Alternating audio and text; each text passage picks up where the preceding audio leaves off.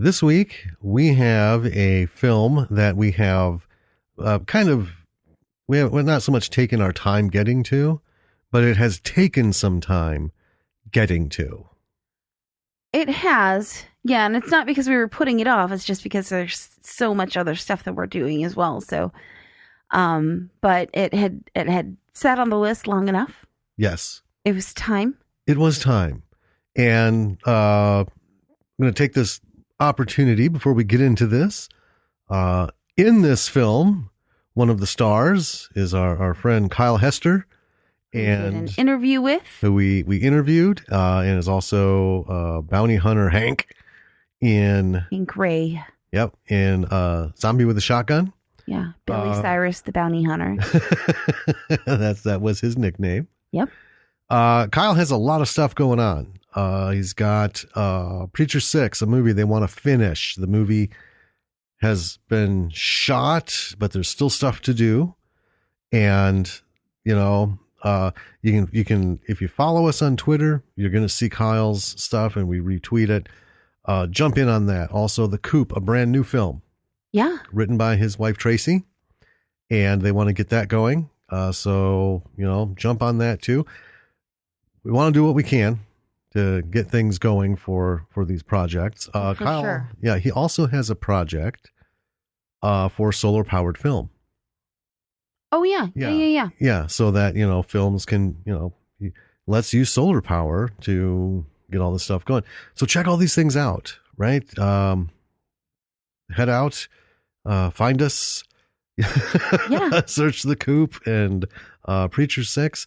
I think I'll throw a link in our show notes. Yeah. And he's a really big proponent for creatives and the indie world, and he supports other projects, and yeah. And this is Kyle's not a guy who just like showed up and started acting. He's worked on sets. He was Grip. He's done a lot of shit. He's like came up from the trenches. Yeah. And got his little bits and pieces in, and now he's in a position to do some stuff. And let's help him out because these are B movies. And these are our darlings. I love them all. All right. So, longest intro ever. Hey, that's all right. We got stuff to do. Actually, I think no, that one was short. Anyway, so we have a film that we want to get into because this bad boy is something else. It's gritty and bloody and horror. Yeah. And it could make certain people a little uncomfortable. It definitely could. For a number of reasons. Yep. But more importantly, there's a lot of lessons to be learned from this movie. Yes. And we delve into those. Yes. Yeah. All right. Well, let's get this bad boy going. Let's go. All right. We're off. Ooh.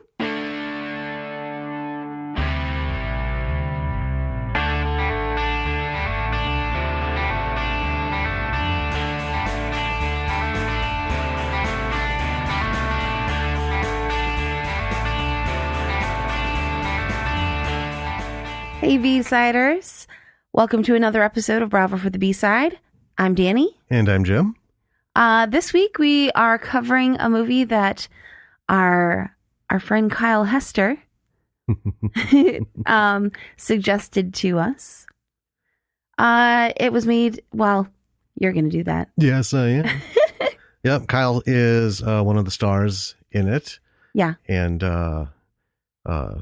if for those of you who have listened to the interview with Kyle, he did talk about it. Mm-hmm. And said some things. He did. And now I get a lot of those things that he said in the interview. Oh, yeah. And it's funny because we follow each other on Twitter. Yeah. And one of the, I don't know, there was a conversation going on. And I'm like, oh, yeah, by the way, so the chair. Yeah. Yeah. We're going to have to talk to you about that because, yeah, there was some stuff happening. He just responded back, I told you so. And he did. Correct. So that's what we're getting into this week. Yeah. The Chair. I was really excited to watch this one. Yeah. And It took us forever to get to it. But It did. It took us too long. However, I did respond to Kyle's message on Twitter. Oh, because of the name change? Yes.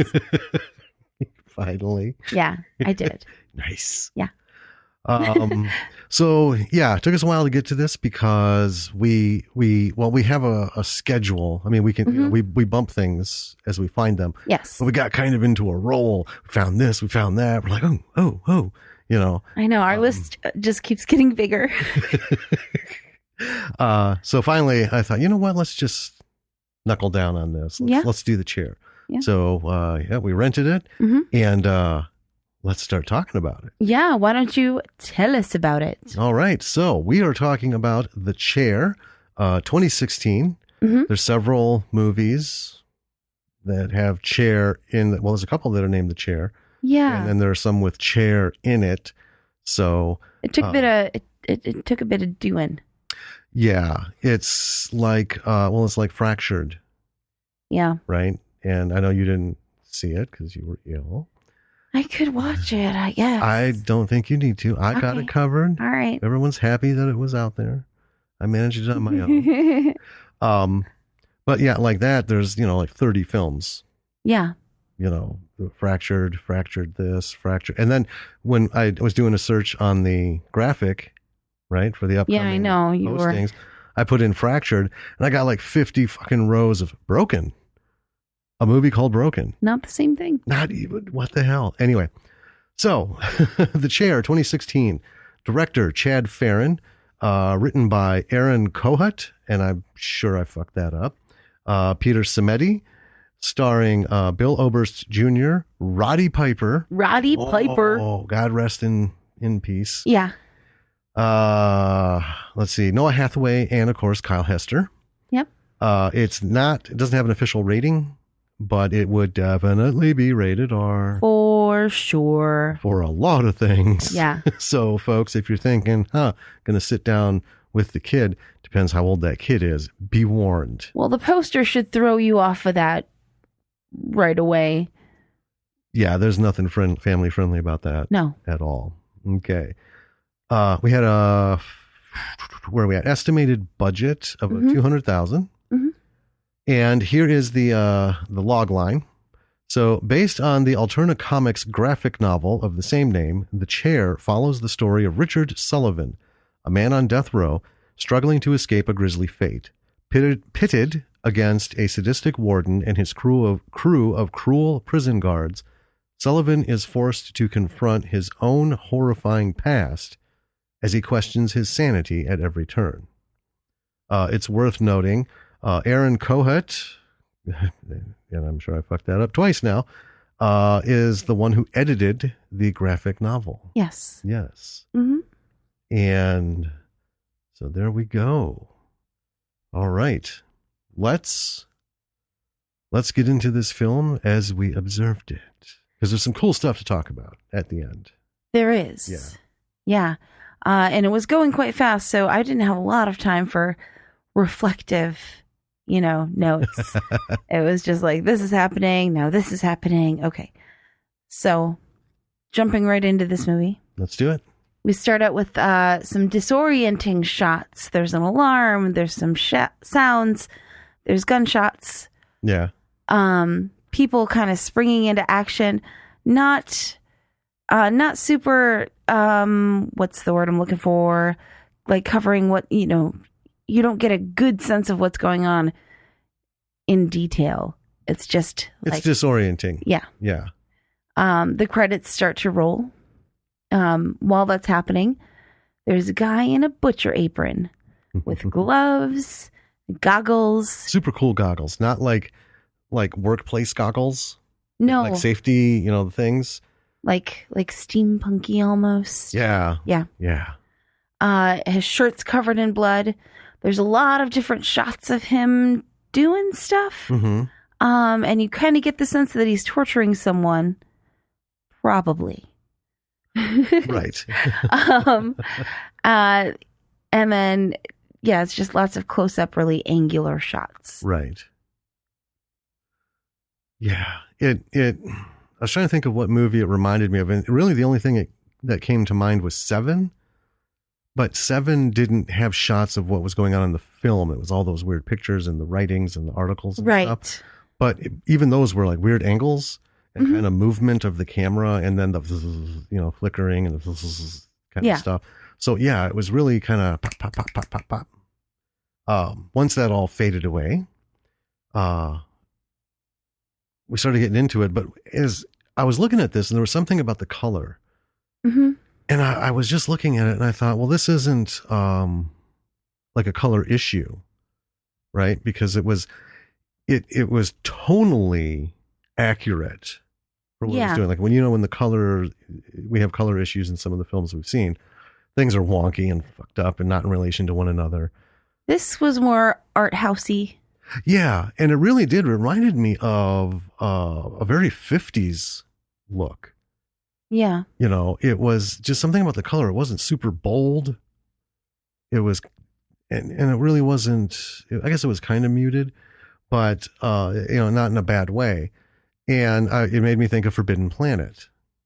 Forbidden Planet in terms of like sci-fi and just epics was a masterpiece on multiple levels. Mm-hmm. And the cinematography in that bad boy was awesome. And I think it was color vision. I love the really original names they gave to new tech in film. All the different color processing companies. Yeah. Color vision film. But it was really good. And then I got looking at it and I'm like, well, yeah, maybe early 70s, late 60s, the art house stuff. Yeah. And the beginning then started to remind me of Grindhouse films. Yeah, I get that. So it all started coming back, but yeah, like Danny said, it was happening super fast. Mm-hmm. And, it took a minute to like, process that. Yes. While everything was floating by. So yeah, it's not 4K depth, which is awesome. Yeah. It has a real grit to it. Mm-hmm. And I was digging it and I'm thinking, I wonder if the whole film's going to be like this. Spoiler. It is. It is. It's all like that. It's satisfying. So after I came out of my self-masturbatory fantasy of color and all of this, we have a voiceover. Mm-hmm. And it's a prisoner talking about how it's 4 years of trials and appeals all to land him in jail. There's a life was lost. His boss framed him for a mass murder in which 12 kids were killed. The boss's kid being one of them. And now this guy's on death row and talking about how monstrously they're being treated by the guards. Sorry, I don't mean to interrupt you, but that's why we do this. His initial voiceover here, I got a little bit lost in it, not like lost as to what was going on in it, but when it was happening, I couldn't quite write down what was going on because there was something really poetic about it. It was really well done. Yeah. Yeah. I mean, that wasn't lost on me. It was very well done. Yeah. The actor, phenomenal voice for this. And then the writing, it really all just kind of came together. Sort of like a Morgan Freeman thing. When the writing is good and you got Morgan Freeman's voice, you're like, oh, life is good. But yeah, it really was fitting. Yes. I guess is the best way to put it. It really came in. And I guess we should back up a little bit. Have not read the graphic novel. No. Okay. Just don't have time to see everything that's out there. I'm still trying to make my way through Space Battleship Yamato, the full collection. I'm 2 pages in. And Attack on Titan. I'm 2 pages in on that too. I'm in the middle of SAO still. But we've seen all the animes. It's been like 4 years. Yeah, I know. All right. So after the voiceover, we have a tray being wheeled down the hall. And there's some nasty looking shit on a plate. Yeah. It just isn't. There's an inmate cackling, and the guard, played by Roddy Piper, guard's name is Murphy, Roddy, is saying it's fine food today. He sets the tray on the cell door platform, and as the inmate comes over for it, he just tips it on the floor and then calmly walks away. And another prisoner is asking for some food, And Murphy looks at him and says, well, how hungry are you? Yeah. I didn't like that at all. So then we're back with the goggle guy. He puts on some music. It's like classical music. Yeah. It's always classical music. Yeah. Old stuff. Mm-hmm. Old stuff. The kind you hear like played on a Victrola. Yeah. And he's playing it on vinyl. Right. Yeah. But I just wanted to mention that because that seemed like that particular choice wasn't necessarily for the film. Maybe like classical music of some kind, but I think these were probably public domain. Oh, yeah. Pieces, recordings that have been, out there forever. Lots of classical music is public domain stuff. And that's fine. And then he's talking over a PA system to the prisoners. He says it's time for them to walk around a bit. It's exercise time. And we learn that he's the warden. Mm-hmm. And my initial thought was, Jesus. He's having them. Anyway. And then the guard, Roddy Piper, Murphy, he's talking about the warden. He says he's an eccentric genius. Oh, yeah, to another guard. Yeah. Yeah. Yeah. And the warden says that Sammy, who's a guy who's sitting in a cell with a freshly missing leg. Yes. Yeah. Yeah. His from just above the knee down. Yep. His pants are tied off, but there's still blood seeping. Mm-hmm. So, yeah, it was pretty recent. Yeah. Since Sammy can't walk around with everyone, he's going to spend some quality time with the warden. Yep. Yeah. And then I wrote Solly because I was trying to figure out what the guy's name was. Yeah. And I try not to pull that from the plot log line. I try to get it from the movie itself when I'm making my notes. Yeah. Well, yeah, that's what we do. Yeah.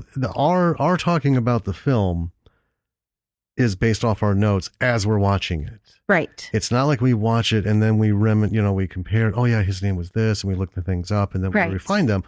We want to deliver this, what's going through our heads. As we see it. Yeah. The one time I went on this whole long diatribe because I just fucking left the movie. I was sitting, my head left. I started thinking about shit and this and that. So yeah. But yeah. So, he's the guy who was framed. He's talking to another prisoner who's nice to him. They seem to be really friendly with each other. Right. And then the guy who was cackling earlier, Crazy is what I call him in my notes. Just comes up and accosts him, and then Crazy gets locked back in his cell, and he's up against the bars, still shouting and stuff. Yeah. And the warden electrifies the bars. Yes. Of the cell. Yep. And the nice prisoner who is talking to Solly, is up against the bars as well. And he gets electrified kind of as a byproduct. Well, yeah, the whole bank of cell doors was electrified. Yeah. Yeah, and he happened to be leaning up and yeah, because he was eating. Yeah, because he was eating. And he falls down, and Murphy, the guard, Roddy Piper, bisects him with the cell door. Yeah. Really slowly. Well, it was kind of like squeezing a water balloon. Kind of. He was like, you could see the thing and you hear it. Right. And then it reached that point where it's like, yeah, just pop. Yep. And just went right through him, cut him right in half at the waist. Pretty good effects. I liked it. Yeah.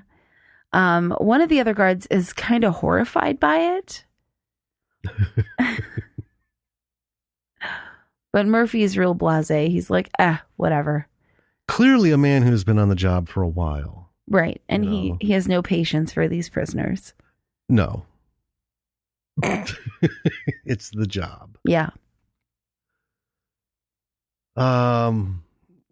So as this is all going on, then we enter into a flashback from our main inmate, Solly, which is Sullivan, Right. Yeah, because I did catch that later. But so Sullivan is taking us back in time. He's got an abusive mother, and it's just all this stuff going on.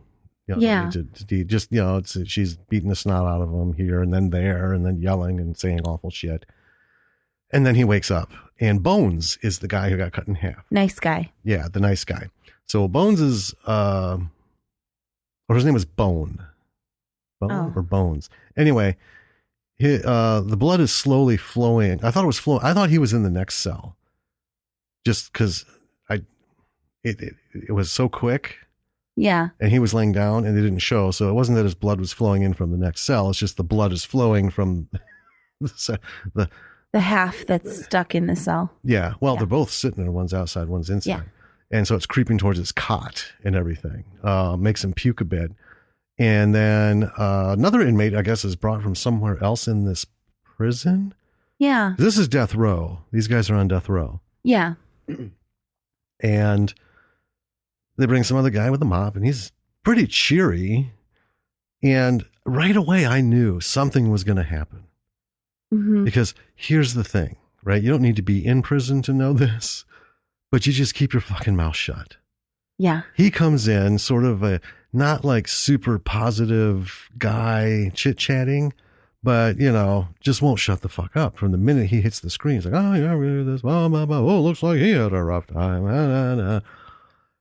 I thought, oh, it's going to happen, man. And sure enough, as he's starting to mop up the blood around the lower half of the body, Sullivan grabs the mop, flips it around, and just shoves it down this guy's throat. And I don't mean just like tongue depressor. He's like trying to shove this whole mop into this man's body. And he's just jamming it. Yeah. Ultimately kills him. And then all of a sudden, Murphy shows up and just beats Sullivan down. Yes. Yeah. Yeah. And that was the point in the movie where I, for pretty sure, was like, I think his name is Sullivan. I laughed when I read this in your notes.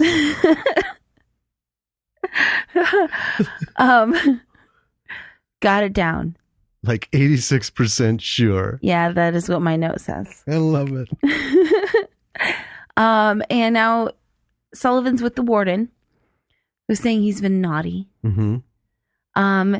There's a severed head, maybe, or he's like through I don't know.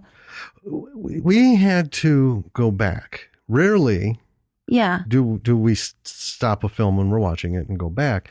But I had to know because I had just looked up, and turns out the scene wasn't any longer than what I had caught. I thought I had missed something real quick. Yeah, and so it looks to be Sammy, I guess.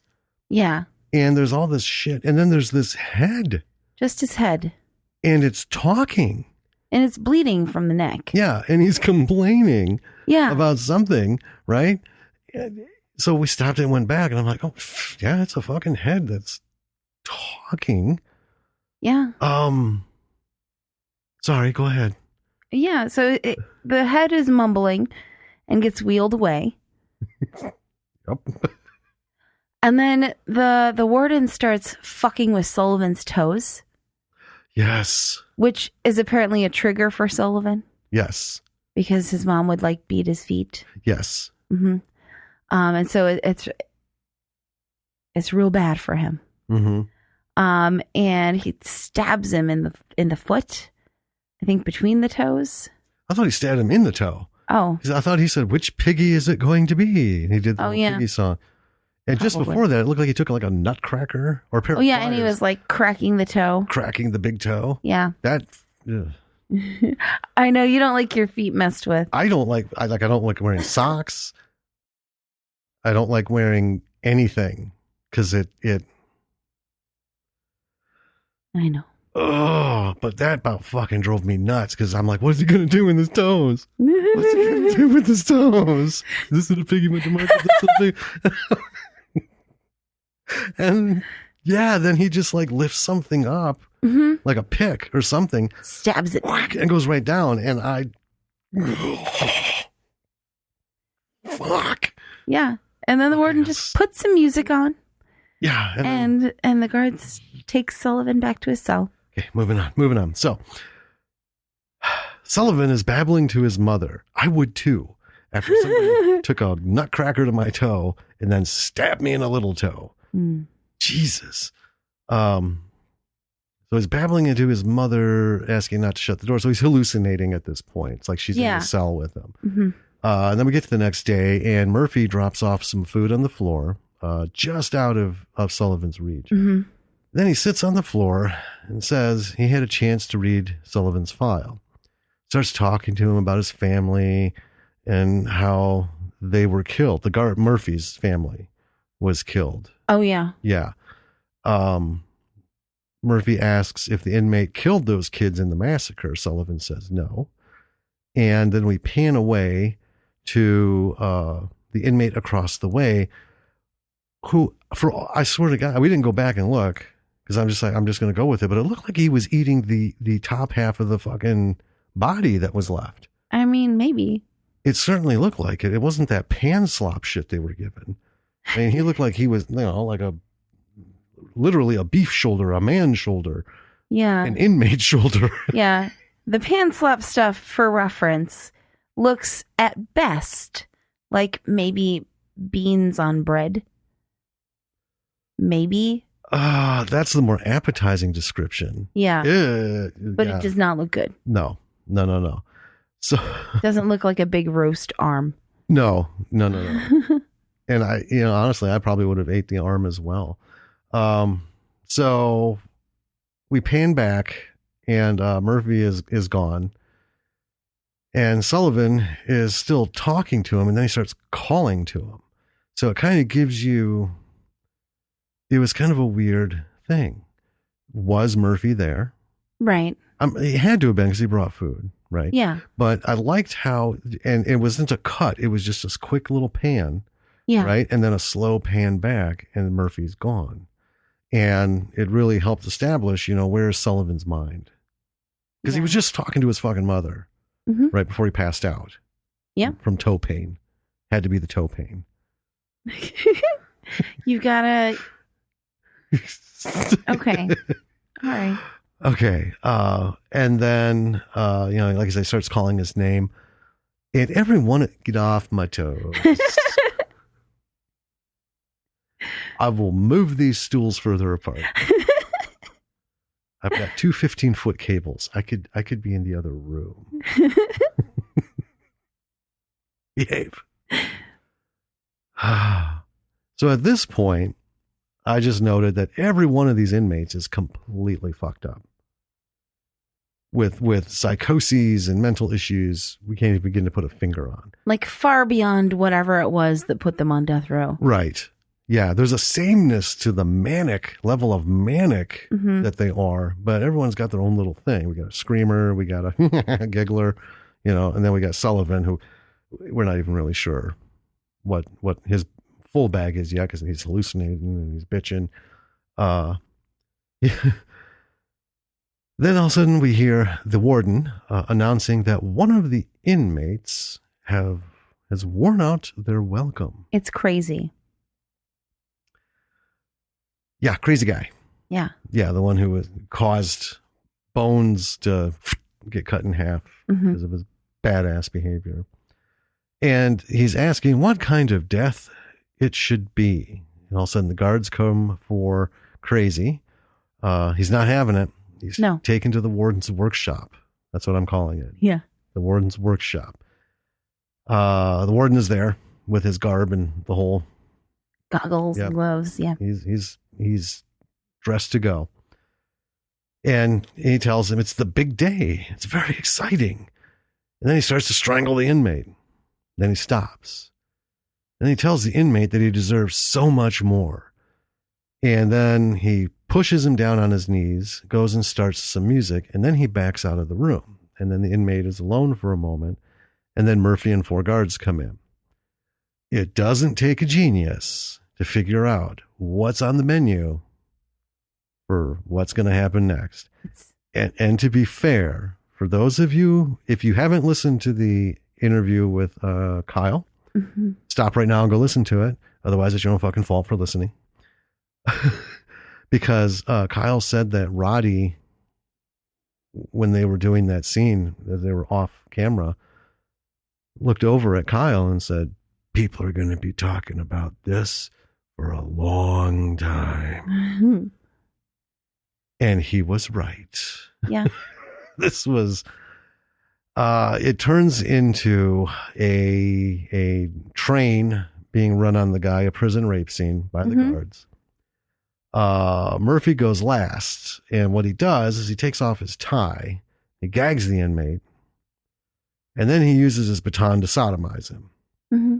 And the inmate dies during this process. Yeah. And then he takes his tie, wipes off his baton, sticks it back in his belt, and just walks out. Yes. Yeah. Yeah. It's a pretty rough scene. It is rough. And I've watched Oz. Yeah. And Oz didn't pull strings. And if you think Oz might have been a little too gentle, you can watch American Me with Edward James Olmos, based on a true story of gangs being run out of prison, Hispanic gangs.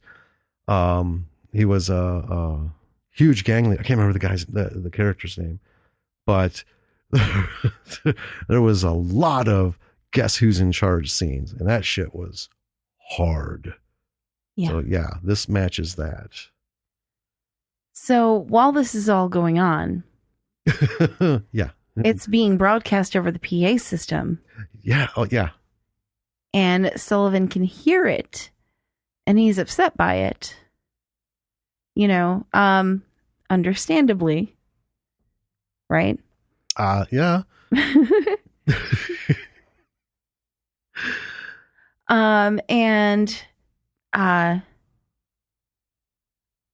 They're at this point, I made this note. They're going through these inmates pretty fast. I don't feel like they replenish inmates on death row at the rate that they're going through them in this movie. Right.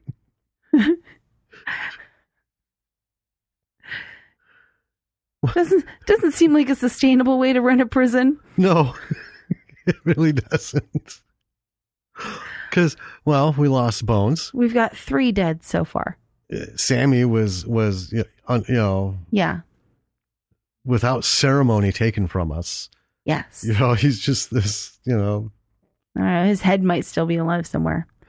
I don't want to interrupt again, but goddamn, I really was hoping we'd get to the bottom of this head thing.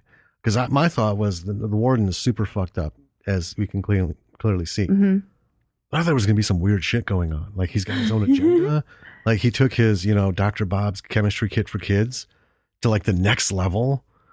And that's what he was doing. Mm-hmm. But no. Were you hoping for like a human centipede type thing? Not at all. No. No. I love those movies. Do you? I do. Do you? They're awful. 1 was they're funny. Well, yeah. And 2 was weird, but 3 was kind of wearing, the prison one. Yeah. That I thought it was funny. Might have been. Just bored me. Anyway, I'm sorry. Anywho, I think Sullivan might be the only one left in the prison at this point, on death row. It seemed like it for sure. Yeah. And the guards are coming in to talk to him. And he says that they're monsters. And they're like, yeah, sure. Yeah. Fuck you, Sully. Yeah. And then he hallucinates his mother again. She's talking to him pretty viciously, and she's in the prison with him. Yeah. Yelling at him. And at this point, I was like, I'm not super sure that he didn't kill those kids. He's been maintaining his innocence so far. But at this point, I'm like, yeah. Maybe he did. Probably he did. It fairly calls his who he is into question. Well, his sanity is definitely in question. Well, right. But, with that comes, I don't know. Well, your hallucinations don't lie about who you are. Yeah, I don't think anyone has that kind of control. Right? So we get another flashback. There's 2 kids. Mm-hmm. The parents are fighting. One of them's Sullivan. Right. And the mother is the woman he was just hallucinating. So we kind of tie that all together. Yeah. Well, and the it's weird. The argument was really weird. It was weird. I didn't note it myself, but it just been sticking in my head that she's arguing because the dad is going off to work. Yes. And we never get a, what is her, clearly it doesn't matter because she's batshit fucking crazy. Yes. Every letter of that term applies. And, so anyway, because of that, I guess there were beatings. Yeah. Because dad went to work. So now we have a man in a shirt and tie sitting at a desk, and he's just sitting there smoking a cigarette with that 1,000-yard stare. Mm-hmm. Like, this is my job. Tick tock, tick tock, tick tock. And we find out it's the warden. Well, I figured that right away because of his chin. Oh, I wasn't paying attention to it. He was drastically different. Without his goggles, his gloves, his apron, and his bloody attire. He looked a little, He has a distinctive chin. And I was like, warden. You're a chin person. I notice chins. It it's fucking weird. cracks me up sometimes. Because I know who that guy is. He was in that one movie where he played the so-and-so and this and that, but I can't remember the actor's name. But look at the chin. Look at the chin. It's him. That's the chin. So anyway, the phone rings and it's the governor. News doesn't seem to be good because he looks kind of pissy about it. And he hangs up, pulls out a file and a stamper very slowly. Like he doesn't want to. Right. Mm-hmm. Denied. Yeah. And I don't know what he stamped. Because maybe on a big screen, and this is a thing with movies, and I'm just going to call it out now, and it's not a ding, right? We've seen a lot of movies in the theater, and then we see them on 50-inch television, 55-inch television, and it's still too small to make out. If we hadn't seen it before, we wouldn't know what the little details are on things like this, like the paperwork. Right. And it's funny because I'm looking at it and clearly they spent somebody designed this, right? This was production prop stuff, these files and stuff. It looked really good, what I could see. But because of the way the shot is, everything on a large screen would be just big enough to read. Mm-hmm. And then on a TV, you're fucked. You're done. I couldn't get all of what it was. So, but I put 2 and 2 together. An appeal or a request for a stay. Yeah, he wasn't pleased. Right. Yeah. So actually, at this point, I did question if he was the warden. So I thought, well, seems out of character. Well, that and wouldn't the lawyer get this kind of call? But I guess the warden would stamp the paper. So that was my little thing. But I resolved myself that it was the warden. It made sense because we haven't seen a lawyer. Well, I genuinely don't know how all of that works, so I'll just take it at face value. Okay. So, and yeah, the whole thing was just not happy undertones at all.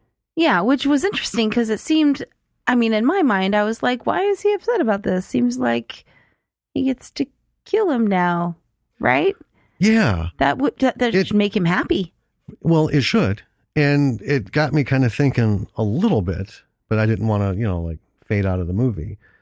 But it gave me a quick thing like, oh, is this going to be one of those deals where he's compelled to, punish, but, he'd be like, oh, he was given a chance kind of thing. He doesn't want to do this kind of thing. You know what I mean? Like he's not like Jason and Freddy and he's just out blah, blah, blah, blah, blah. Right? Right. But I, abandoned that because clearly he does dig his shit. He does. Yeah. Maybe you're a little deeper than I am, because my thought initially was like, well, maybe he's not pleased because Sullivan's the only prisoner he has left, and then he won't have any more play toys. The only way you or anyone can get into the full depths of what goes on in my head during these movies would be to sit me in just a little sound booth by myself with the movie playing with, headphones, and record me and just let me, and I can't even talk fast enough to cover the shit that goes through my head. I super analyze it. You know this? I know you do. Nothing is ever simple and straightforward. Okay. Back to the movie.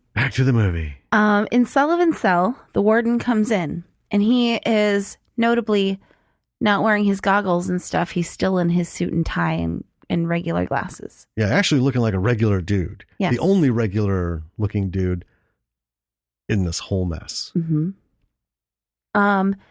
He brings a cup of water to Sullivan, and he's being like pretty tender with him.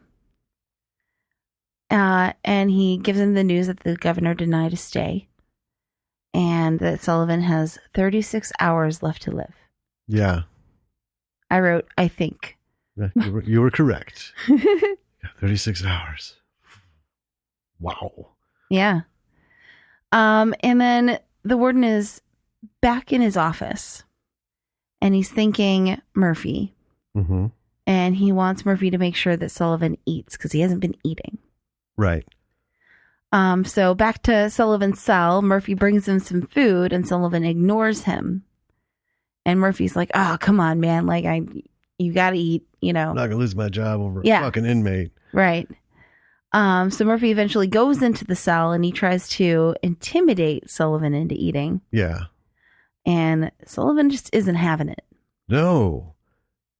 As Murphy closes the door and pulls out his baton, Sullivan just fucking leaps to life and attacks him. Mm-hmm. And it looks like he grabs his balls. Yep.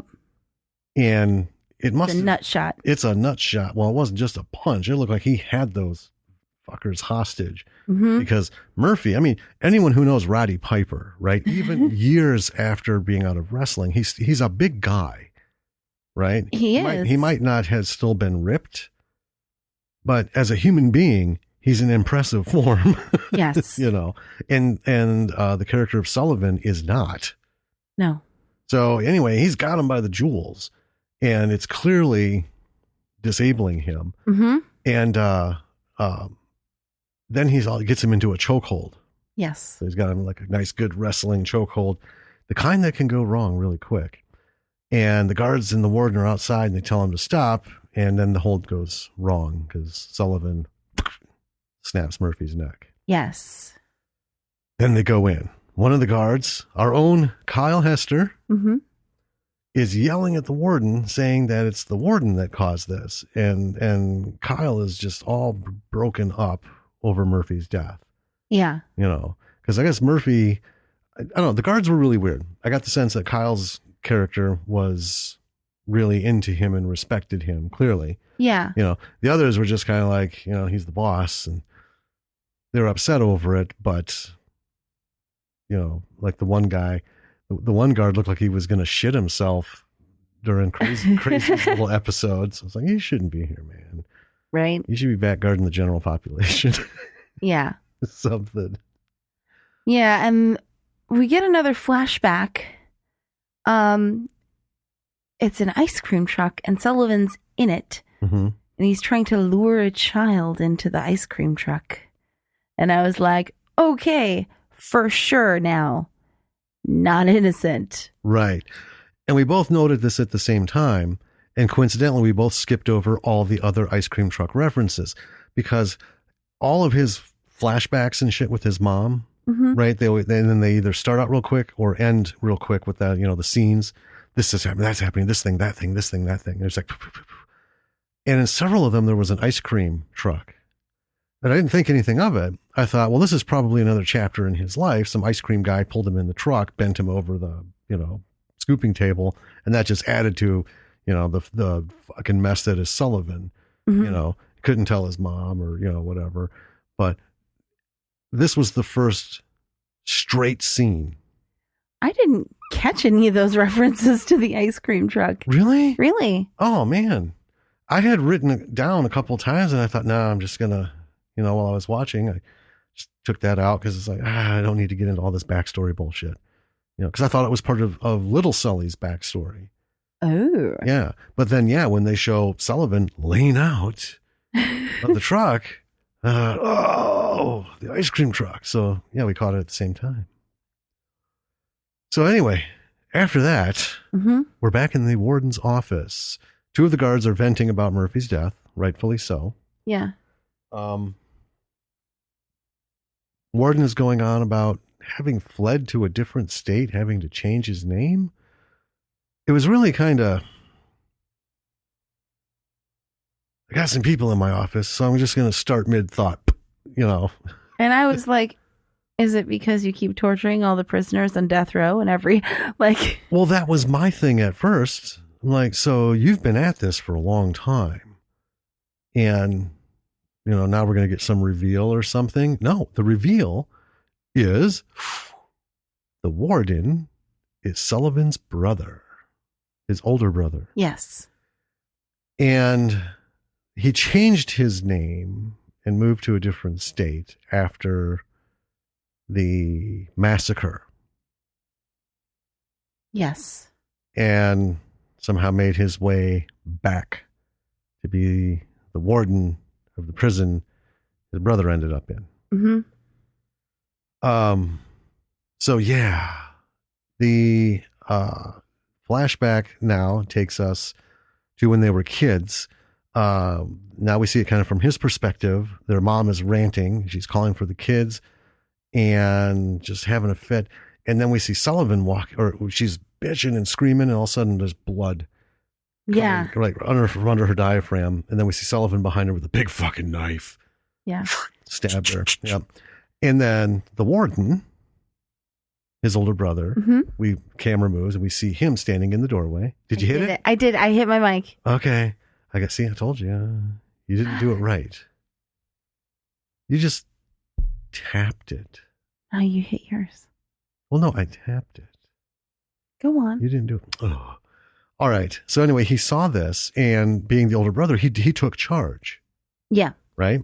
So the next thing we see is they're cutting her body up in the bathtub.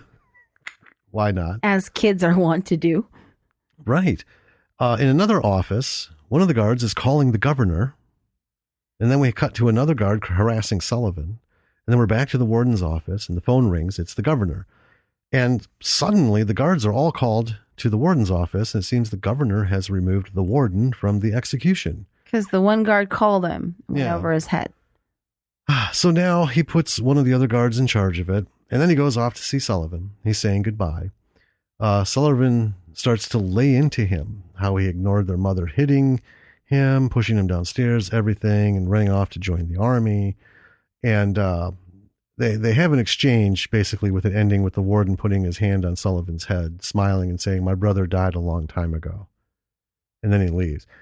And I thought, man, that was harsh. Yeah.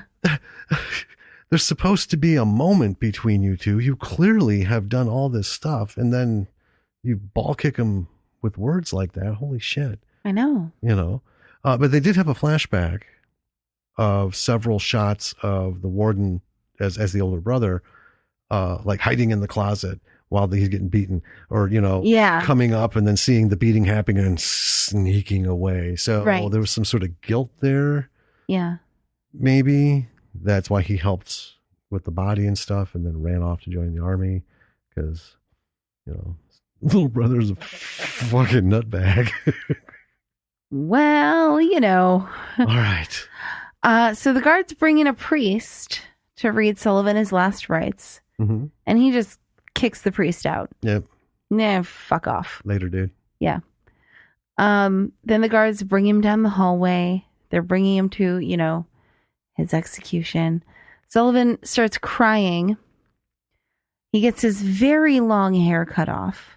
Yeah, he's got hair, well, probably as long as mine. Yeah, it's past the shoulders. Yeah, maybe it wasn't as long as mine. I don't know. Yours is really long. Well, I don't know. His was a little frizzier. His was shorter. Yeah. Well, it'd be longer, but you braided it. Anyway. I love that you say that out loud on our podcast. Like, I don't care. Lily braids my hair all the time. Sometimes she's just like too into it, though. I was like, you know. Aw, the stuff you put up with. Anyway. You're so sweet. Then he flashes back again to when he was arrested. And the guy cutting his hair notices the scissors are missing from the table. Right. Whoa. Yeah. It's your turn. I mean, I can read it for you. Just giving you a stare down.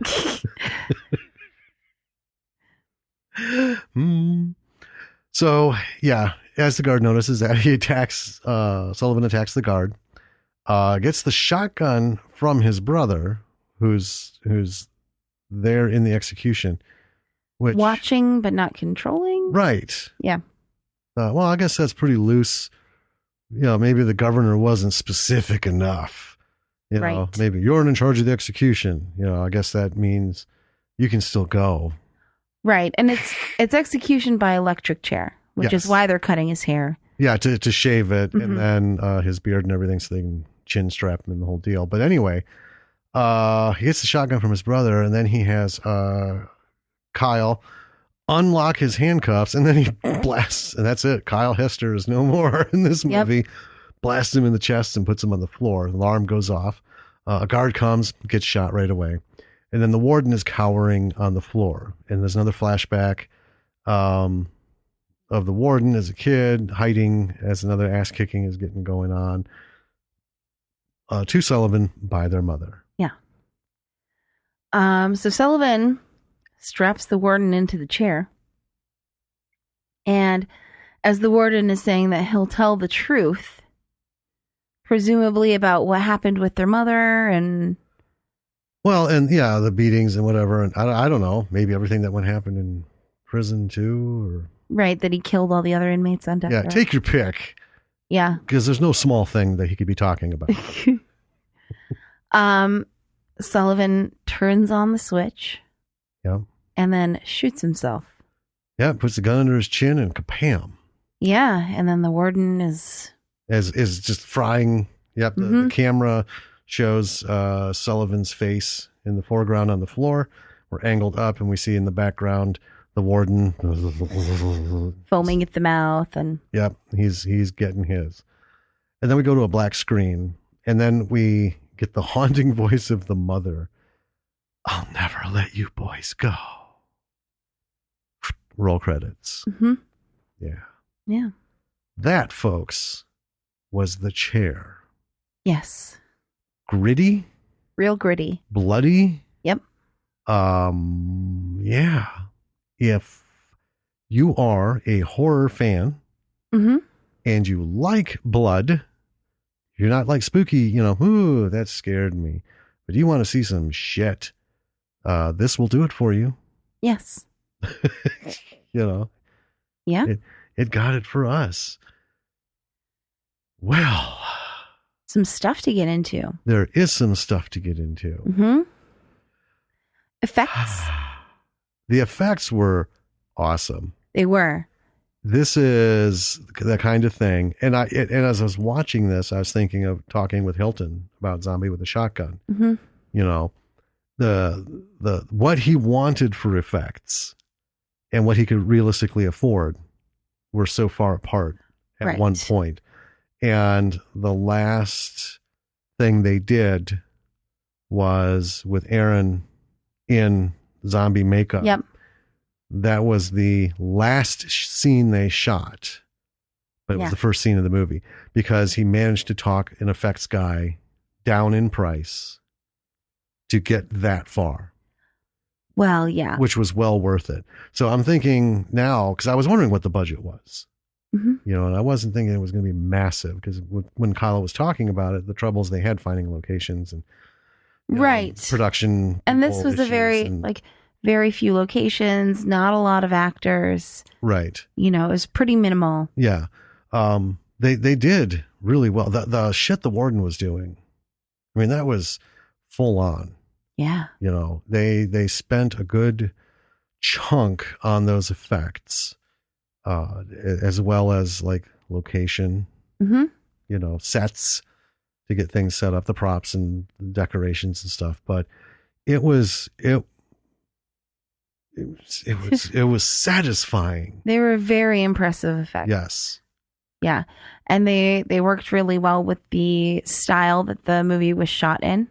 Yes. You know, the art house, grindhouse kind of thing. And it's one of those things where, you know, there's so many B movies, B horror movies that Reanimator comes to mind. Okay. So, well, just in the guy fucking with bodies. That's why because I honestly thought that's kind of where we were going to go with the warden. Okay. Was we were going to, you know, he's got his agenda. You know, there's a reason to it. That's why there was a fucking severed head going, I really don't like this. Yeah. No, it turns out it was just because he liked cutting up bodies. If even, yeah, I guess cutting up mom gave him a thing. Right? Yeah. Yeah. So, but the whole thing with that, when I think of Reanimator, also I think of the copious amounts of blood, cartoonish amounts of blood. See, there's the divider, right? Reanimator is technically a horror movie. Sometimes they classify it as horror comedy. I don't think it was meant to be funny. Well, there were some jokes in it. There were some jokes, but not enough, I think, to dub it a comedy. It was supposed to be a horror. No, the biggest moments of comedy were between the jokes. Yes. So, you know, I love that movie though. I know it's awesome, but it does have, it's like all the Japanese horror movies that we watched, you know, like Battle Royale. Oh yeah. Where someone's like arm gets cut off and it's literally just a fountain. Yeah. Machine Gun Girl. You can literally see that it's like 300 PSI. Yes. Going through those tubes, spraying this stuff out. I'm like, Jesus Christ, you don't paint a house with a sprayer with that much pressure. This is fucking crazy. Right? It's like whitewash or, you know, power wash. It's hilarious. Yeah.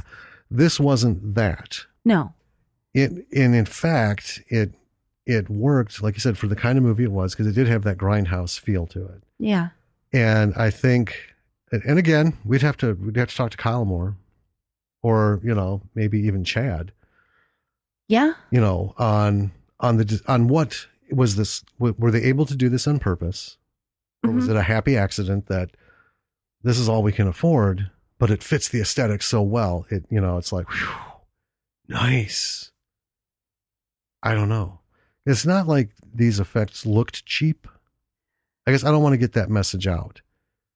No, they were movie realism. Yeah. You know. I mean, I liked them. I thought they were really good. Oh, yeah. No, I'm thinking of that fucking toe scene. Did that keep you up at night? Did that unsettle you? Did my feet go under the covers? Well, you know, it's... Don't touch. When I watch movies where there's needles, a lot of needles. Yes. I don't even have a phobia of needles. I don't have any problem getting shots or like getting blood drawn or anything. But when there's needles in movies, it really unsettles me. The thing that unsettles me, I can watch anything going on in a film. Toes bugs me because I just get away from my feet. But you the have a thing with eyes. I do. I know. I have a thing with eyes. That will fuck me up.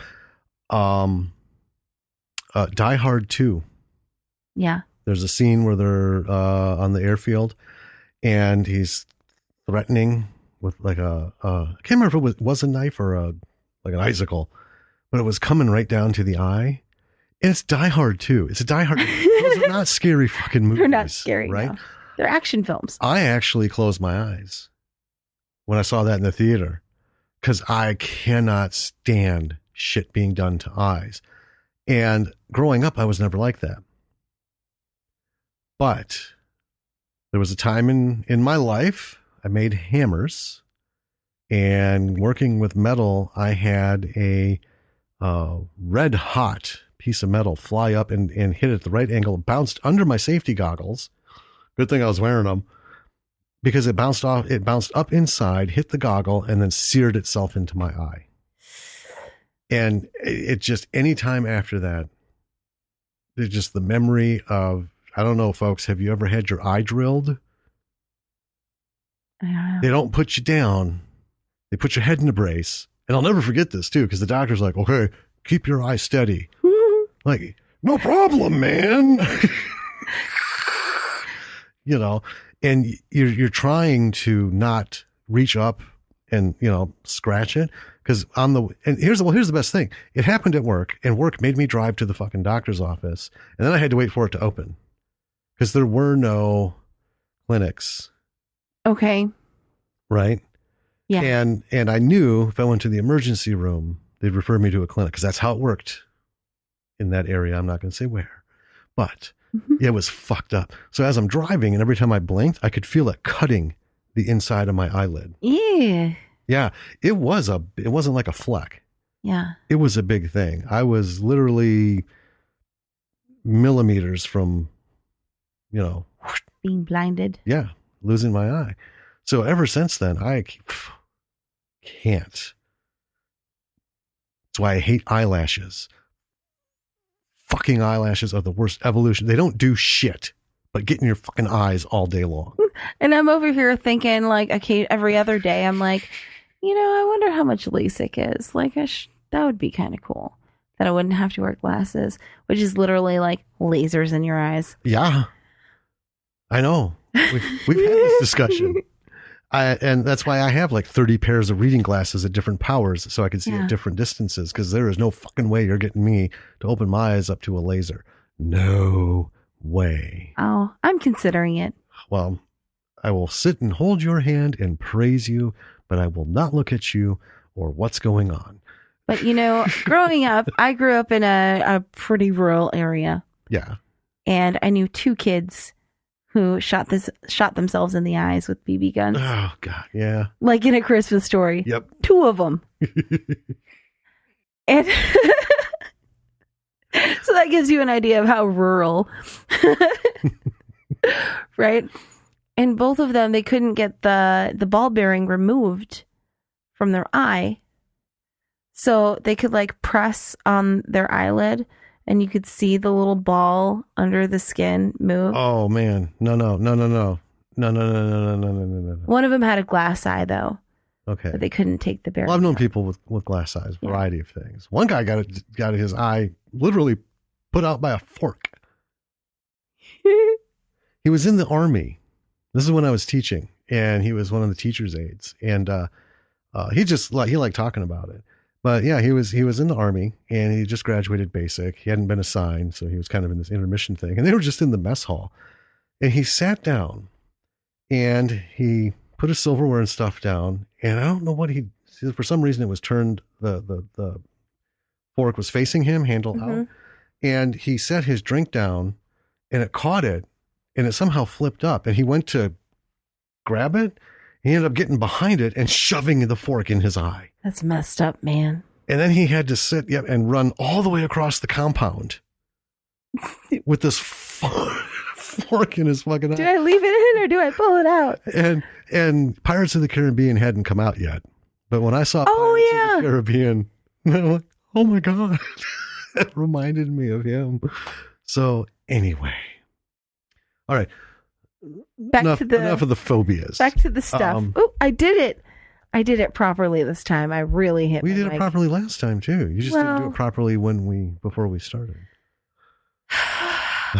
Okay. So the blood was good. One thing I wanted to talk about was the tone. Visually. Yeah. We've seen some movies recently that we're not doing an episode on. This is just stuff that we watch for our own edification. Yes. Satisfaction or disappointment, as it may be. And one of the things that budget, no budget to low budget films fuck up on the most is not paying attention to the lighting for tone. Now, I'm not talking about you're in a night scene and you got to light it as best as you can. Well, if you can't, you can't, right? That's not what I'm talking about. we watched a couple movies where from like shot to shot, it's fucking bright, then it's kind of bluish, and then it's dim. They're And in the same room. they're in the same fucking room, and it's just the angles. Or they go into a different room and it's Mhm. different. Scrape my. Hey, you did it now. Well, I just scraped the thing because I was going for my lip. Shame. Anyway, this was solid. So clearly, Chad knew what he was doing, Yes. right? The visual tone from the cells to the warden's workshop. Now his office was different. That was bright. It had window because that's like above ground, right? Well, that's the office that you bring people into. Right. So this is like the administration portion of the Yes. prison, which should be well lit and clean looking. But yeah, this cell area is fucking dim, dingy, gritty. Mm-hmm. And it really, for me, claustrophobic is not the word I want to use, but it made me feel really uncomfortable being in that space. Like it wasn't big enough because of all the darkness. If I were here, it wouldn't be like the walls are closing in around me. I'd be fucked up over the fact that there's like, I can't see enough. Can we get a light in here? Right? Yeah. You know, there's too many dark corners, like everywhere you go. And it was actually kind of amazing. Every shot had that same level of darkness where it's not like they just turned the fucking camera around Mm-hmm. and left the lights where they were. Because we've seen that. Yes. Right. And it's, you know, lights behind the camera are very different looking than the lights that you set up in front of it. Yeah. But so tonally, it was very even the whole way through. Yes. Yeah. It made it, made it more enjoyable being uncomfortable. Yeah. In the prisoner's situation. Mm-hmm. Yeah. How about the acting? The acting was really, really good. It was. And should have been. Well, yeah. Because this isn't, let's make a movie. Okay. Yeah. They picked the right people. Mm-hmm. And again, I don't know, we could talk more with Kyle or Chad or somebody, which, we're going to get onto. But, were there connections? Right. Because we just saw a movie on Prime Video. Well, we didn't watch it. I added it to the watch list. I don't want to say what it is in case we're going to do an episode on it. I've got a lot of people in it. It's got a lot of people in it. Mm-hmm. And it's one of those things where you can tell this is sort of a favor friend, the whole Brad Pitt thing, how about a cup of coffee? You can tell they did it because they thought it'd be fun. Yeah. I'll give you half, 3/4 of a day of my life to, for 30 seconds on film is what they're going to get out of it. Right. Because that shit takes for fucking ever. You got to be on set at 7 and then they finally harness you up, shoot at 3 and, by 6 p.m., maybe you can go home. And for his teeny tiny scene, that's how it works. Well, it's like, yeah, I really like movies like that because the performances you get in those movies are always really, really good. They are. I call them relaxed. They are. Okay. It's like the Shakespeare movie that Joss Whedon recently did. That I can't remember the name of that one. Much Ado About Nothing? Yeah, Much Ado. Where he just called up a bunch of his buddies and was like, come to my house this weekend. Well, yeah. And we're going to make a movie. Went through his Rolodex. Buffy, Firefly, Angel. Dollhouse. Because there was a couple that, But ultimately, fuck the casting director. I'm just going to go through all of these. I'll get enough people. I know. And they do. And when I say relax, I don't mean like not professional. Right. But again, there's something about, and indie filmmakers know this, there's something about whether you're an actor or director or whatever, you don't have to worry about the studio's expectations. Right. I think of Brad Pitt's, not even 30 seconds. It was what? 5, 7 seconds on screen when he's getting electrocuted in Deadpool. Not a speaking line, but clearly he wasn't pouring as much into that as a structured performance as, say, like A River Runs Through It, where he's sharing the screen with Robert Redford, who's also directing it. And, right. All your brain has got to be thinking is, I better fucking be bringing it. This is Robert Redford. Well, and this is a movie that clearly wants to be on the mantle of nominees for best everything. Well, year. if you're in a movie that is an Oscar hopeful, that's a stressful situation. Yeah. But this actually reminds me of a tip that I want to put out there for when you're filmmaking and stuff. Before you do a scene, you always do kind of a rehearsal of the scene, right? Right. Well, you should. Right. If you don't. Film the rehearsals of the scene. Yes. Because, not every time, but you have nothing to lose by just using up a little bit of your data card by filming it. But sometimes those rehearsals are going to be better than the takes that you do afterwards. Yes. Because it's a lot more relaxed. It's a lot, it is the first take before the first take. Yes. So little tip. Well, and the thing is, you also can get some unexpected things out of it. Yeah. That might work. Mm-hmm. And a lot of ad lib stuff in early films was taken out of, places, let's run this through. And they didn't slate it. Right. Because it wasn't the scene. It was, let's walk this through so everyone make sure we got the marks and the director can make sure everyone understood his instructions. The important part is to find your mark. The actors need to be in place for the camera, right? Because the cameramen aren't supposed to go fucking hunting for you. No. You're told where you need to be. You better fucking be there. And you better know how to use it. Mm-hmm. We've seen so many films lately where nobody, you know what? I don't care who you are. I don't want to stare at your fucking ass and torso while you're checking the mail or toasting bread or some shit. That is a piss poor choice on the director. Nobody wants to fucking see that. That's not interesting. That's not why you're filming this. Find a fucking angle and show me the actor, not half of his ass up to his shoulder blades and just standing there. And I'm thinking, oh, so we're gonna do this in real time.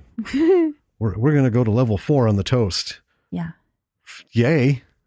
Right.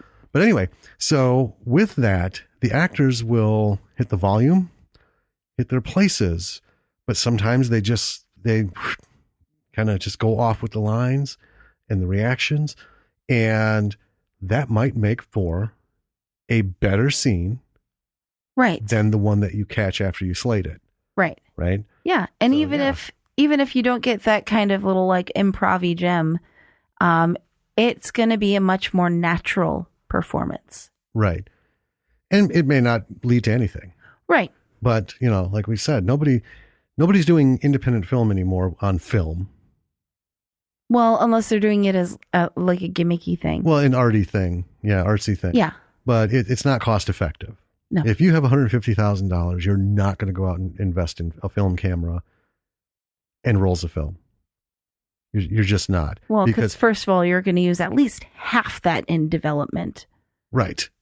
And, you're going to, well, that's additional to it. Yeah. Yeah. You can go out and buy, 1,500 hours worth of recording media in SD cards, right? Rather than less than $100. Yeah. Than 200 minutes worth of film that you can't fuck with. Yes. And that's where some of the old B movies, not necessarily indie, but the old B studio movies, yeah, the horror movies, we poke fun at them and we have a great time with them. But that's the thing. You got to remember, we got to watch that, remembering the guy had like 3,500 feet of film, and that was it. He had to use what he had. Yep. So action, cut. What do you think? It doesn't matter. We got something on film. And it's going to have to fucking do. All right, tear all this shit down and move on. And they can't go back. Right. There's no money to buy the extra film, pay for all that. So that's why we have campy, cheesy B movies, especially the horror stuff, because if something's going to go wrong with a prop, it's going to be in a horror movie. Well, yeah. That's where all the prop stuff goes wrong. Yeah. But the performances in the chair were that kind of, they were that like natural, you know, they weren't forced. Yeah. Roddy did a super job with Murphy as just this shell of a man. Mm-hmm. Right? He's got his job. This is his job. That's his life. His family was killed by a slasher murderer, you know, thing. It wasn't like a car accident or anything. So you can see after that bit, then you get the whole shell of Roddy, you know, Murphy. Yeah. And he did it so well. He did. You know, and again, it's a shame he's gone because he was really good. Yeah. I mean, all those bits on It's Always Sunny. Oh my God. He, you know, from a comedy standpoint, Jesus Christ. Those were some of my favorite bits, just like in the whole show. I know. He's just the fucking best. It's Roddy. Uh-huh. Oh, man. But, yeah, all the performances were, like, genuine. Yes. And that's what I mean by relaxed, in that they're not really trying to overemphasize the evil, the maniacal, you know. Every inmate. Oh, the other inmate, because Sullivan wasn't alone, because the guy that was eating the shoulder, yeah, he never got picked off. I called him Giggles in my head because he was the one who he would sit in the back and I thought that was Crazy. No, Crazy would cackle and then scream and do all kinds of stuff. Giggles was a little more subdued. He was just kind of like, That's why I was like, is he fucking eating the guy? He's like the character in a movie who just kind of like comes in slightly into frame, picks something up, and then goes out of frame. And you're like, what's his fucking deal? Oh, he's eating the inmate. Okay. Yeah, he didn't have a whole lot of screen time. Okay. But yeah, you could hear him because after Crazy was gone, you'd still hear here and there. Okay. Did we watch the same movie? Yeah, of course we did. Okay.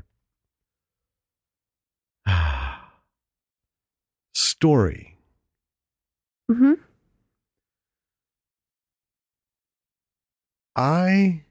This is where it works for me, where you have the current situation and then we get fed stuff, right? You know, the backstory of Sullivan, and it made sense. I was worried when it started that I'd be pissed off because you know how I am about backstory. Mm-hmm. 9 times out of 10, it doesn't serve shit. Right. Right. It's just to burn up fucking minutes to meet some runtime requirement for a festival or some horse shit. But this actually worked because not only did we get to learn about Sullivan, but it kind of, like you said, it brought into question was he culpable? Right. You know, is this just, I don't know. Right. Because we start off with him maintaining his innocence. And so you go on the presumption that he's innocent. Right. Until you learn otherwise. Yes. But the thing that I guess that brought it about was the fast nature of some of those flashbacks. This scene, that scene, this thing, this is boom, boom, boom, 1, 2, 3, 4, 5, 6, right? Like 1 second a piece. I like that because it fed into, so, okay, what is the fucking story with this guy? Is this him being mental? Right. Right? Is he that fucked up? Because that's how visually, that's the only way you can show it. I mean, think of everything from Hitchcock to whatever. It's always some weird camera angle, stretching on the lens, right? All these distortions or just fast cuts. And one of the things that I loved, it's not a horror movie, but Fear and Loathing. Oh my gosh. Right? I can talk about that movie forever. Well, the best visual communication of just how fucked up these guys were on drugs. Yes. Was Benicio del Toro's where he's the cuts of him just not even really talking, just different angle, and that Right. watching that I was like, oh my god. Yeah, and you can see in Johnny Depp's character Hunter is or Raoul is just trying to put it together, and he just can't. Well, and it's not that way every time. There's a bunch of different stuff. But anyway, coming back, because I don't want to get stuck talking about a movie that we're not talking about. The very nature of all those flashbacks was ended up being very soothing to me in terms of, it works so well because I am trying to figure out, is this, are we going to get a Hitchcockian twist? Right. At the end. And we kind of did. We got the ice cream truck. Yeah. Because before I'm passing, I'm like, oh, ice cream truck. Like, I'm not going to get into the fucking minutia of these little tidbits. It's and then all of a sudden, oh my God, it was important. Yeah. So that's the ice cream truck. It's not little Sullivan standing outside of it. It's just a kid. I remember all those now. Yeah. You're right. And it happens so fast. Yeah. All I saw was a kid with dark hair. And the flashbacks are in black and white mostly. The ice cream truck stuff was kind of in black and white. Yeah, or like a... So it was just a kid with dark hair. Like a sepia. Yeah, it was way off color. So it was just a kid with dark hair. So I was thinking, well, again, Sullivan got, brutalized by the ice cream man as a kid. Right. That's why they're not getting into it. Like, okay, that's fair. But no, come to find out, it's his mental state. He was doing the brutalizing. Yeah, he's the fucking ice cream guy. Mm-hmm. And then, all comes together and he steps out of that office and, excuse me, sir. You're like, oh my God. He just killed all those kids. And these are the parents outside waiting. Yeah. To pick up their kids. Oh, fuck. It happened so quick. And it happened on the tail end of a flashback. Yes. And that to me was really well done. Mm-hmm. Not having seen the graphic novel, so I can't speak to adaptation because that's difficult shit. Let's just say that. Yeah. Trying to go from film format to graphic novel or vice versa is fucking hard. Well, let's give props for that because we've done adaptations. Yes. And there's it's like walking a tightrope, trying to stay true to the original material and yet changing it so that it is right for the medium that you're pulling it into. Right. Well, I'm going to go ahead and guess that they were able to do it very closely. Yeah. I say that two things. One, the writer was the editor. Well, yeah, but go back to Zombie with a Shotgun. Mm-hmm. So Hilton did this as a web series and was able to take that and blow it up into a movie. And now they've had a graphic novel going. I don't know what episode they're or what volume they're on. But anyway, bam, right? Mm-hmm. So again, it's that indie thing. If you're in control of everything, then you can just fucking do it the way you want. You have to make sacrifices because not everything translates. Right. Right. So I don't know what didn't translate from the graphic novel to film because we haven't read the graphic novel. Right. But from what I saw, it couldn't have been much that didn't make it. Yeah, it seemed I mean, I don't know. Maybe they fleshed out the backstory a little bit more. Maybe. But it seemed to be cohesive enough that knowing that it came from a graphic novel, like, wow, props, man, because clearly this shit has been thought about. Well, yeah. And, here's another tip. Speaking of adaptations, if you know someone or you have an in with someone who has an IP that you can adapt, that they'll allow you to do, and they have a built-in audience, there's no reason for you not to try. No. And here's, so for those of you who haven't ventured into this is what's involved, basically. It's pretty simple, but it's super complicated. So we have a pilot. Yes. And several episodes. Right. and started novelizing that Mhm. and started doing a graphic novel, writing it. Yeah. Okay. So here's the problem. All three of those formats are so fantastically different. You can't just be like, oh, cut and paste, cut and paste, cut and paste. Fuck it, I did one. It's just no, because a script, right? For every page of script is like 5 pages in a novel. Yep. Because you've got to have all the visual shit that takes places in that 1 minute of screen time. It's going to take you several pages to lay out the visuals and the tone and the feeling and all of this. And then you have the cerebral stuff, the thoughts that the characters are thinking that you can't show through the actor. Right. And then the asides and then the bringing things about. I mean, you have to take, a script that's 120 pages is 2 hours of film. And that 120 pages comes from a novel, usually between 400 and 600 pages. Something like that, yeah. Anything smaller is usually condensed down or, Peter Jackson style, filled way out with shit that never was. Anyway, when you have a novel, you've got to cut all that shit out. And you have to, it relies solely on dialogue and a couple lines of action so that people know what's going on. And then hoping the people you're working with can communicate the rest of it through set design and the director can catch the tone. Yeah. And then you take those two fucking things, and then you add a graphic novel. Now you've got, let's see.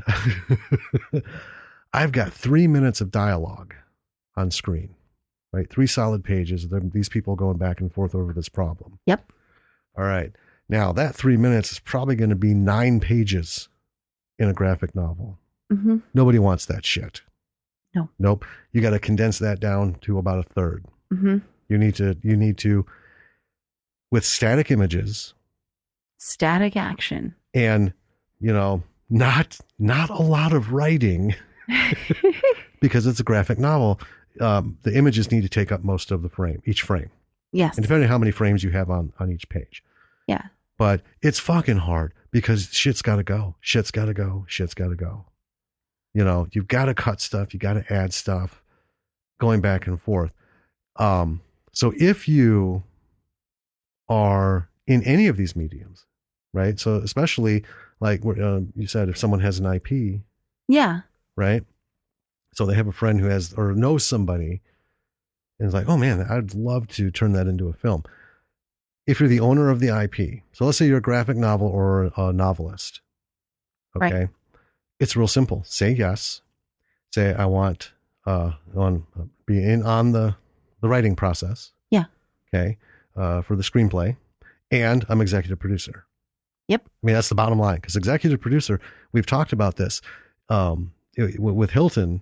And I laughed about it. His brothers, like, no, man, you're the director. We're Han Solo. We're Luke Skywalker. You're the director. In that dichotomy? No, not dichotomy. Yeah, dynamic. There you go. In that dynamic, the director is God. Yeah. Well, you can be fucking Han Solo, and you can be Luke Skywalker. And guess what? I just fired both your asses. So I'm going to bring our sisters in and fuck you both. Right? Executive producer, though, can do that Murphy ball grab to a director. You're like, so here's how it's going to happen. What you've just done is no good, and we're going to fix it. See, that's the power of producing. Nobody knows what else they do. Because some producers, it's like, you weren't even in the country, man. Well, it's purposefully a vague title. It is. But if you own the shit that they're working with and you're executive producer, you can, cut it. Yeah. Nope. We're not going that route. That's not even in the fucking thing. It's a secondary, it has nothing to do with anything. So anyway, hopefully you won't ever have to do that because that's the whole point of getting into these arrangements is with people who will work together well. 50-50. Sometimes it happens, sometimes it doesn't. If you're a director, right? If you're a director and you have something and you want to convert it into something, well, then you have the power because you're still the owner of the IP. And so I shot this film and I don't want to get it out there yet. I want to turn it into a graphic novel and kind of announce it. You know what I mean? Tease it. Yeah, get a little interest in that medium. And then like third issue, hey, it's a movie. And then you bring that out, and then you got people from the movie thinking, oh shit, I got to catch up on this graphic novel. And the graphic novel people are like, oh, I got to see this movie. And they're going to keep going with the graphic novel because it's like, well, where's it going to go from here? All that stuff. It's great. You know, you got to hold your power. My coffee. You know, you got to hold your power, but you got to hold it in a healthy way. I mean, all this comes down to if you're going to collaborate with people over IP. Right. If it's not a healthy relationship, walk the fuck away. Shut the doors, take the fucking loss, start over somewhere else. That's on either side, whether you're the IP owner or the person who's doing the adaptation. Oh, absolutely. Yeah. Don't be anybody's bitch. That's the thing. Okay. When you're a mid-level George Lucas or Steven Spielberg, okay, and you've got some credit, but you can't go out and do your own thing. I mean, you're getting hired to do jobs. All right. You've got to play the part of bitch because the studio will fucking box you out. And it's happened how many films? And you open it up, Hollywood Insider, Variety, this director's gone. This director's gone. Right. Yeah. Well, you know, that's the thing. If you want to work in that realm and you reach that level, you have to tuck your ego between your legs. And it's like, well, I'm making good money. I get to do my thing, but yeah, I'm going to have to kind of be the bitch here and just sort of take it and then try and push as far as I can, but not try to burst the balloon, you know, because there are directors who did that and have never fucking worked again. They can't even make indie films. Like, hey, nope, I read your name in Variety. If I'm even seen having lunch with you, I'll never fucking work in this town again. See, so you gotta be careful. But as an indie, you have the freedom to say, oh, fuck this. Yeah. I'm going to take my ball and I'm going to go home. I'm going to find someone else to play with, you know, because it's just a reality. I mean, you're right. Don't take it. Well, yeah. You know, it works or it doesn't. And if it doesn't, it's business. You know, nobody's. Well, it is. And that's the bottom line. You know, a lot of times in indie films, what you have is friends, family, all working really closely, right? And you don't want to step on someone's toes or make your brother-in-law feel like, well, maybe we're going to demote you to like an extra instead of a main character. Yeah. You know? Yeah. And you know, up to a point, if those are concessions that you need to make your movie happen, mm-hmm. and they're concessions that you can live with, then do that. Mm-hmm. But still remember, bottom line, you know, it is a business. Yes. Right? And it has to work. This isn't me and my brothers, you know, playing Karate Kids. Right? Like and my youngest brother has to be the lame one, right? The Marcy Brothers we made a bunch of films. Basically, it was just long fight scenes. Well, yeah. You know, it isn't that. It's we're making a product. We want it to be successful. You know, people's feelings are going to get hurt. Yeah. You know. And, you know, anyway, those are the nightmares. It's a reality. It can happen. And actually it does happen a lot in indie film.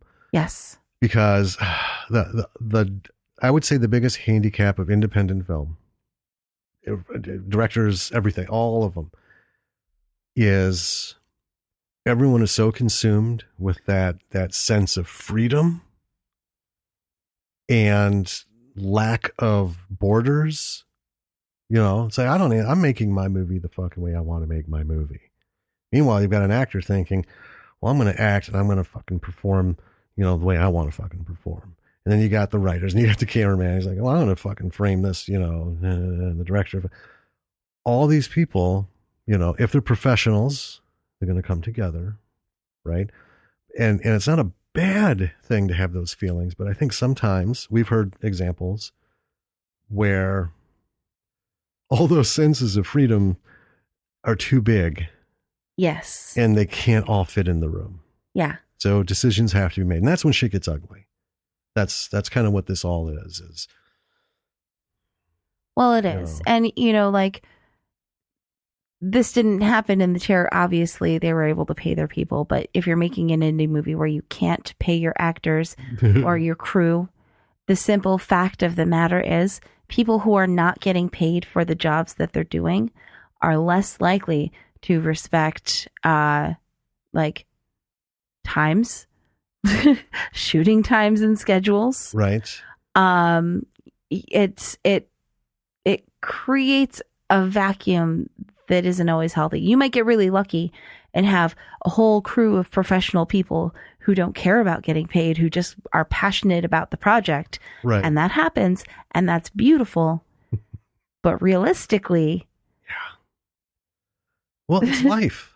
It right? is. So we have day jobs, and the evening is when we craft our magic after the family bit. Yeah. Right? So if we were asked to do something, say adapt something or, I'd be all for it. Right? But not get paid. Like, man, I'm working on this. I'm having some trouble. Would you mind helping out? Oh, I'll be we'll be on the credits for screenplay. Sure. We'll rework this. But if you're going to come back on us, man, I need this by Thursday. Wow. Dude, man, I got so much shit that I got to do to earn the paycheck. And then I got to, spend some time to spend the money from that paycheck so I can fucking eat, sleep, and, not get shit on by the birds. And I got a kid I'm raising that needs my time.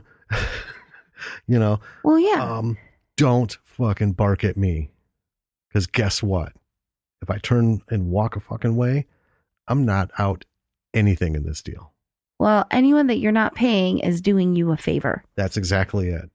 And treat them as such. Yeah. And we've talked to a few people who, this might takes 3 years to shoot a fucking movie. Yeah.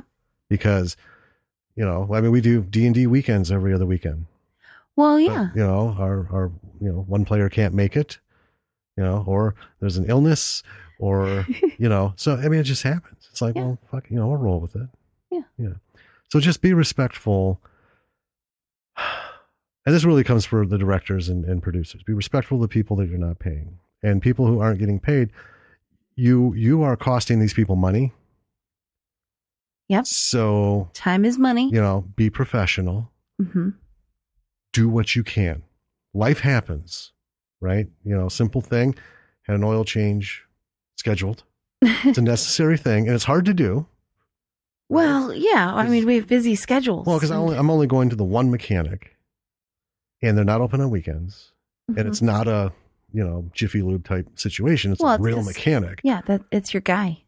It is. Everyone knows how hard it is to find a mechanic you trust, right? So he's the only guy who's touching my fucking car, or him and his people.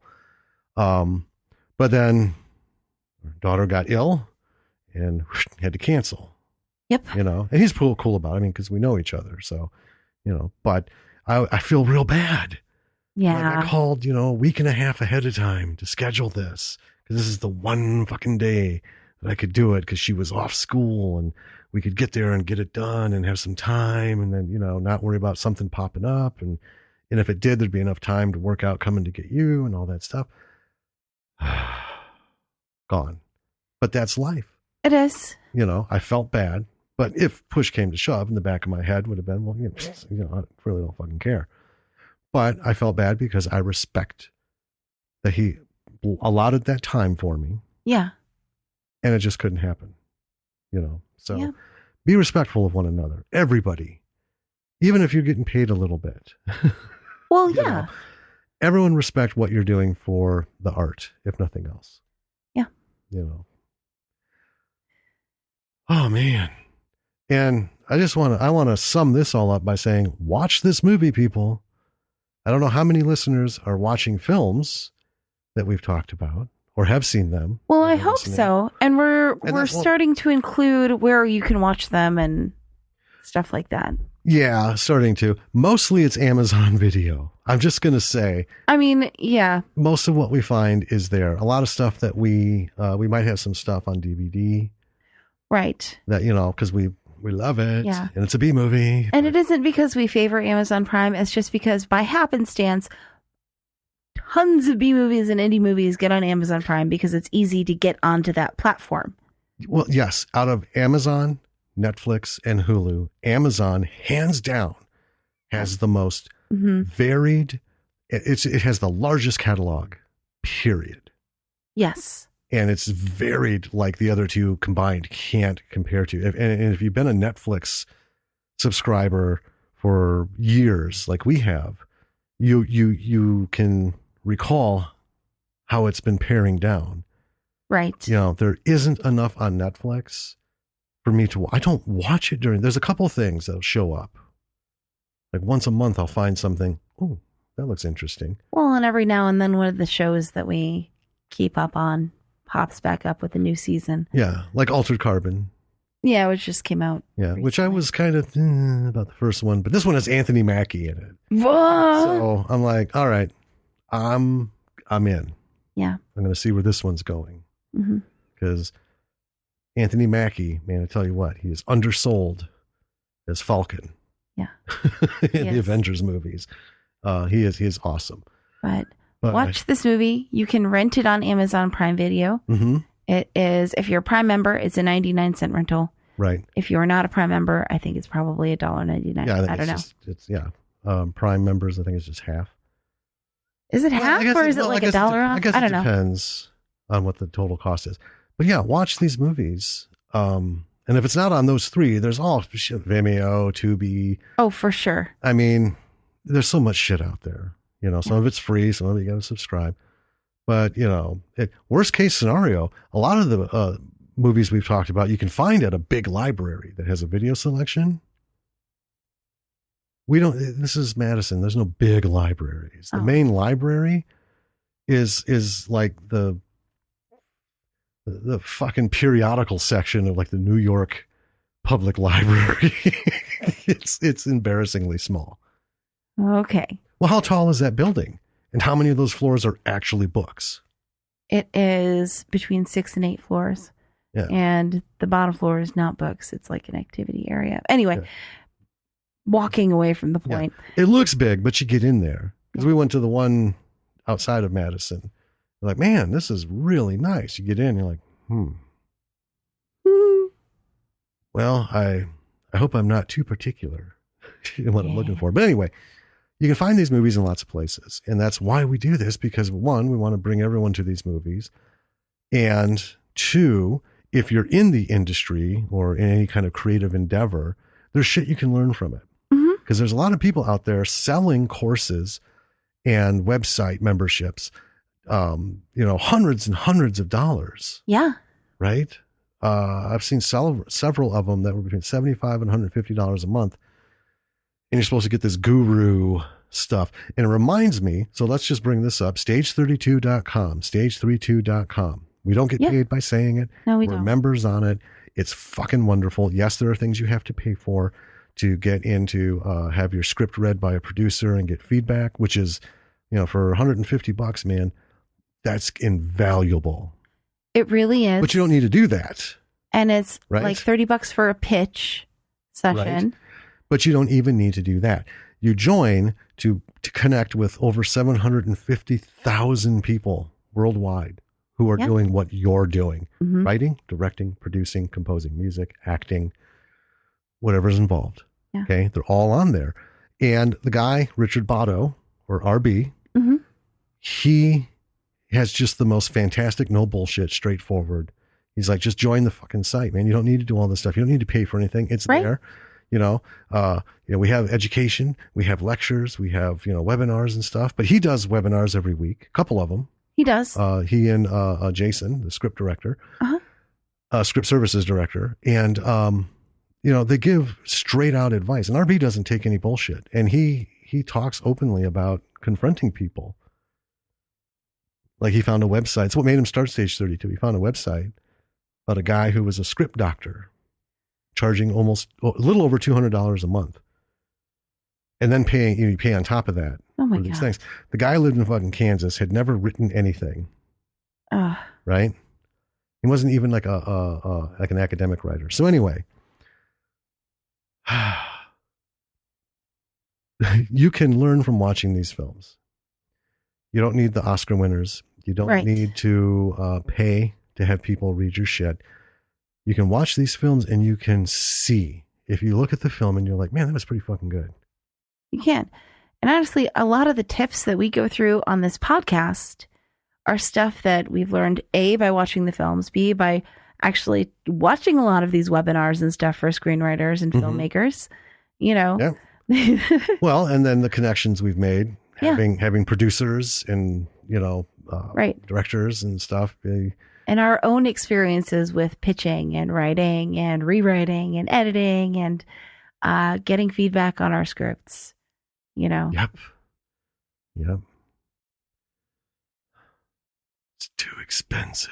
It's really expensive. Well, that's what those words haunt me.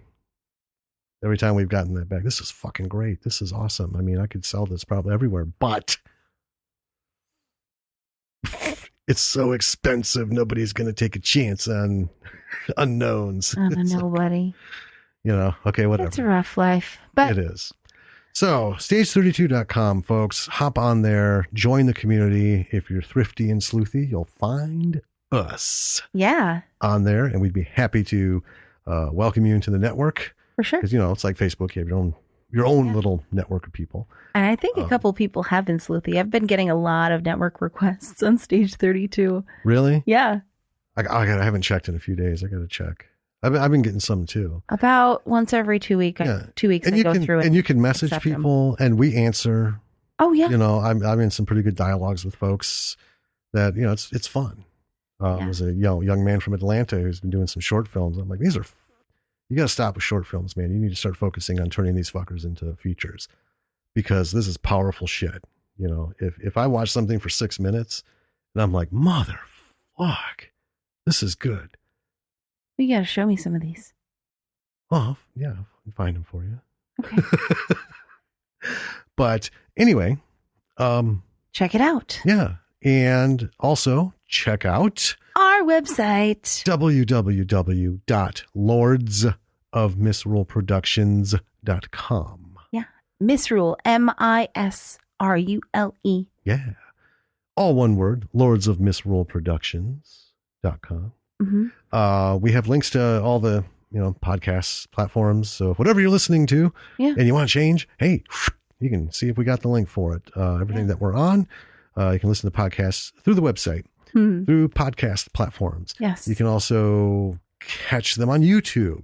You can subscribe via RSS on any platform that accepts that. Yep. Or just RSS. There's just RSS feed aggregators. So, it's all there. You can subscribe through email. We have our email links. You can reach out to us, talk with us. If you don't want to find us on Stage 32, then just go to our website and send us an email from there. Right. We're not going to be disappointed.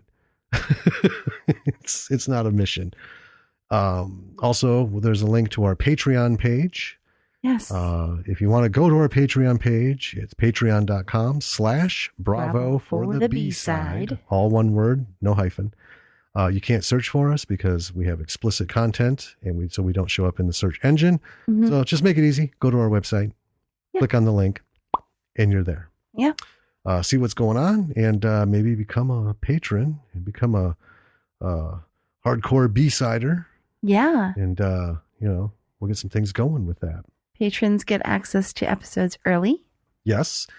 In fact, Tuesday's episode, this is Sunday night as we're recording. Yeah. And this coming Tuesday's episode was put up this morning instead of tomorrow morning. I'm getting ahead of the game. Well, it's easier to get ahead of the game a little bit now. So, yeah, and they might come out like a week early. I don't want to go 2 weeks early because I like that buffer. Yeah. In case, I lose half my fucking leg and really don't feel like doing this. If someone stabs you in the toe. In a particular week. Right. Did you really have to do that? I did. Jesus Christ. Look how sad Gambit is. He's so disappointed in you. You love me. And Tommy is just looking at you like, don't bring Tommy into this. He's right there looking over your shoulder. Leave Gambit and Tommy alone. You know they're both right. You know it. Anyway, reach out to us. Send us some emails. There's also links to Facebook, Instagram, Twitter. Check us out. Reach out. We'd love to hear from you. And we do answer back. We do. And yeah, we find the time. Might be the next day. Yeah. But hey, we get it done. We're serious about this. Yeah. Please rate the show. Please leave us a review. Podcasts live and die by the reviews. Yes, they do. And whatever platform you're listening. If you're listening through the website, then it's sort of fucked. There's nothing. You can't rate it through the website. Right. Right. But if you're listening through, Spotify, Apple Podcasts, Google Play, whatever, Pandora, Stitcher, Deezer, blah, blah, blah, blah, blah, blah, rate on that platform, because that's what all this bullshit is about, with ratings and reviews. Plus, we'd like to know what you think, and we've gotten some ratings, but I would like to see some reviews. Yeah. And if you don't want to leave a public review, that's cool, but reach out to us, because we do like to hear what you think. Yeah. They're not going to lie. All the stuff we've been getting in, like the gentleman from England, that was really nice. That was really nice. And I did have someone reach out to me and say, hey, I really like your podcast, but I don't know where to find the movies that you are covering, and I want to watch them before I listen to your podcast. Oh, yeah. Can you please put them in the, where you can get them in the show notes? And I was like, yeah, so we're starting to do that. Right. And that's what kind of brought this whole thing about. So yeah, usually it's Amazon Prime, but I'm going to put it on where we saw it. Right. You're welcome to look for it. Yeah, it's, at the very least, you can listen to the beginning of the podcast, to where we introduce the movie. So like, this is The Chair, right? I mean, it's in the title of the episode, so it's not a big surprise when you dive in. But if you go search on The Chair, you don't know exactly which one we're talking about. Listen to us introduce the director and writer and budget and shit, and then just stop listening. Now you have enough information to go find the specific film. Right. If we had Fear and Loathing in Las Vegas, that wouldn't be. So yeah, it's not a title that it's confused with anything else. Nothing else is coming up. Bubba Hotep. That's an easy find. Bad Taste, hard to find. It is. Because it's, yeah. But so, yeah, we're going to, check the show notes all the time, because there might also be links to specific things. Yeah. Especially if we're working closely with like Hilton and Kyle. Oh, yeah. And Anton, and Failure links Boys. To their sites and their stuff. Yeah, we're going to put links to what they've got, so you can at least get a jump start on what's happening with them. And check us out on social media and see who else has got things going. Because we're here to bring the B movies, which is indie film and just regular B movies, out there. So we are. We're gonna do what we can. With that, yeah. Till next week. Yeah. Watch your B movies, enjoy them, and learn what you can. Yeah, and keep at it. And you don't just need to watch the ones we cover. Watch all kinds of B movies. Oh, right. And that's one of the things, as a patron, you can kind of, patrons get to vote on what you're going to watch. So you can either do it as a joke, or you can be like, man, I want to see what you think about this film or whatever.